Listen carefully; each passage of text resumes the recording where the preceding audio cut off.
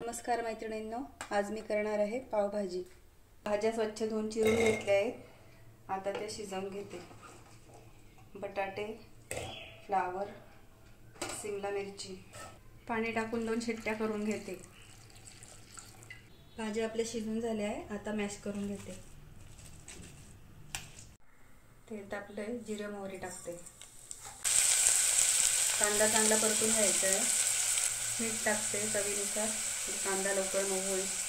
टमाटर टाकते।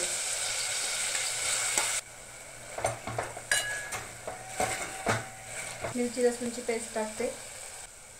हळद, थोडा तिखट रंग येण्यासाठी, थोडा कांदा लसूण मसाला, थोडा पावभाजी मसाला, धणे जिरे पावडर, चवीनुसार साखर। मॅश केलेल्या भाज्या टाकते। भाज्या उकडल्या होत्या त्याचं पाणी टाकते। बटर टाकते। भाजी तयार आहे।